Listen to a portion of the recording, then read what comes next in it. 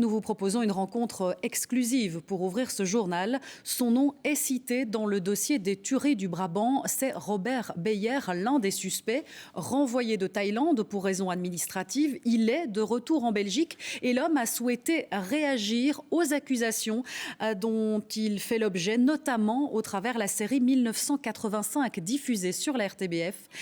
Patrick Michal et David Brichard l'ont rencontré. Sous sa capuche, voulant ne plus être reconnu, Robert Beyer. Après avoir été perquisitionné récemment chez lui en Thaïlande par les enquêteurs de la cellule tuerie du Brabant, Beyer est revenu en Belgique. Son retour forcé, il le doit surtout à un problème de visa périmé. La justice belge en profitera-t-elle pour l'auditionner à nouveau?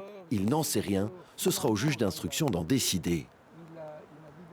C'est une affaire qui est en cours et pour laquelle je ne ferai pas de commentaires puisqu'elle est couverte par le secret de l'instruction. Mais bon, je ne comprends pas pourquoi on revient avec toutes ces vieilles affaires maintenant. Depuis le milieu des années 80, le nom de Robert Beyer est régulièrement cité dans le dossier des tueries du Brabant. À 70 ans, cet ex-gendarme, condamné pour d'autres faits, souhaiterait ne plus être associé à cette affaire, mais cela reste très compliqué. J'en ai marre. Vous ouvrez un journal, là dernièrement, en grand titre, les tueries du Brabant, virgule, Beyer arrêté en Thaïlande. Qu'est-ce que les gens croient quand ils voient ça? J'ai fait le détecteur de mensonges, je n'ai jamais été inculpé dans ce dossier, rien. D'abord, je vous dis, je ne suis pas dedans, et en plus, on n'a jamais trouvé un élément. Pour ne rien arranger à sa situation, lors de son arrivée au pays il y a quelques semaines, Robert Beyer a découvert ceci. Pourquoi t'as pris des photos du Deleuze d'Alost avant l'attaque? C'est pour un boulot. Son propre personnage dans la série 1985. Dans ce programme TV, il est essentiellement question des tueries du Brabant.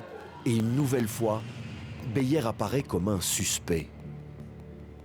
Pour ce qui est de mon personnage, ça n'a rien à voir avec la réalité. Il y a des personnages d'ailleurs que je ne reconnais pas.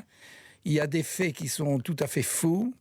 Il y a des erreurs dans la ligne du temps. Et c'est ça que je reproche à cette série dont on parle. Il lance n'importe quoi, mais c'est vraiment n'importe quoi. Condamné notamment en 1995 à une lourde peine de prison, Robert Beyer est loin d'être un enfant de cœur. 40 ans après les premiers braquages de grands magasins, cet homme espère être une bonne fois pour toutes écarté du dossier des tueries du Brabant. Mais pour cela, la justice doit pouvoir clôturer définitivement la piste Beyer.